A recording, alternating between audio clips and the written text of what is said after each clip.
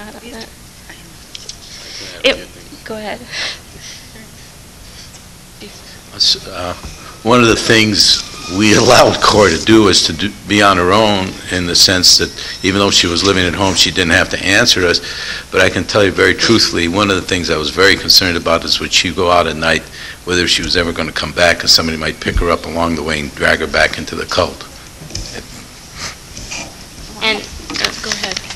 I wanted to add that Corey was raised and knew about cults before she ever joined a cult. That was part of her training at religious school.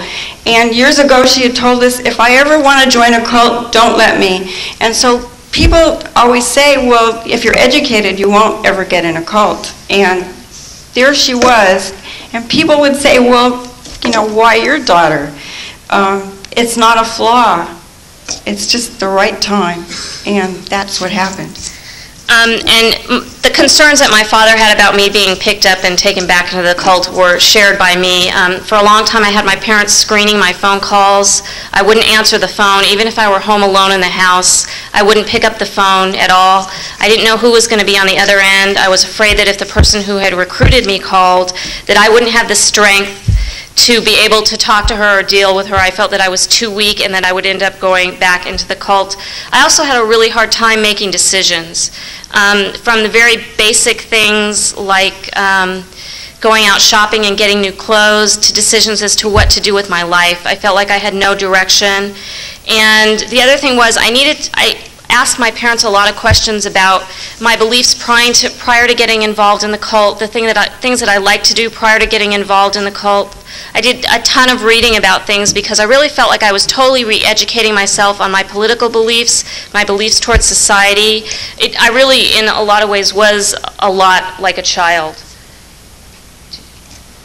Also, the time that she was home, she lost her creative skills. She had been a fine writer and was not able to put things together. We would play Scrabble. We did all kinds of games and things during that first year. We were nurturing our relationship and nurturing each other.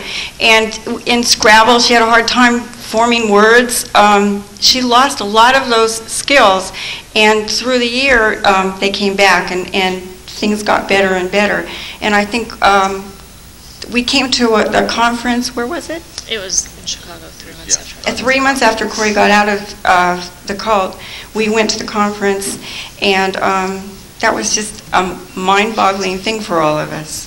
Can you tell about that? That was my very first conference, and I spoke on the recently exited panel, and actually, coincidentally, my parents spoke on with my brother on the Reuniting Families panel at that particular conference. It was very apparent that things on the surface that I tended to gloss over about my recovery and about the fact that I had been in a cult, they didn't last at that conference. I lost it. I knew that when I came back home, what I wanted to do was I wanted to go into family counseling. And so I asked my parents if when we came back from Chicago, if that was something that they would do. If not for the whole family, if they would at the very least do it for me. Well, I said, you can go, but I don't have any problems. If you fix yourself, we'll all be just fine. Well,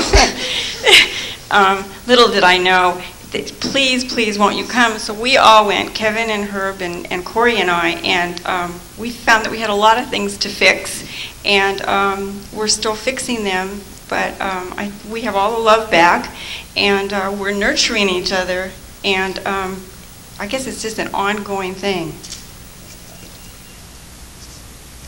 I will also add, I didn't think family counseling would help us in any way, because I thought Corey's the one that had to get herself straightened out. But family counseling was very important to us in our recovery, and it's, I think, made us better. If I can go retrospect to something that wasn't covered at the beginning, I was never a believer in support groups. I thought you handled your own problems and you can solve them. But I can say when Corey was in the group, joining the support group, and it was provided by the LA Jewish Federation Council, was a tremendous help to us in keeping our senses together as a family and being able to go forward and know what to do to deal with this particular problem. So I want to mention some other things that were important in my recovery that I'm not quite sure how my parents are going to see this. Shortly after I came out of the cult, if we're going to talk about superheroes that were important in the recovery, I have quite a few. One of them was Kathy Gordon, who was at the cult clinic in LA at the time. The other one who was Rachel Andrus at the Commission on Cults and Missionaries. And I talked to her shortly after I came out of the cult, and she gave me great opportunities to not only speak about my experience, but also to talk to the media about the experience, which was extremely helpful. And I felt that my parents were concerned about me doing that, that they were afraid that that was going to make me, I guess, not be able to recover as quickly. When in actuality, I think it helped me to recover even more.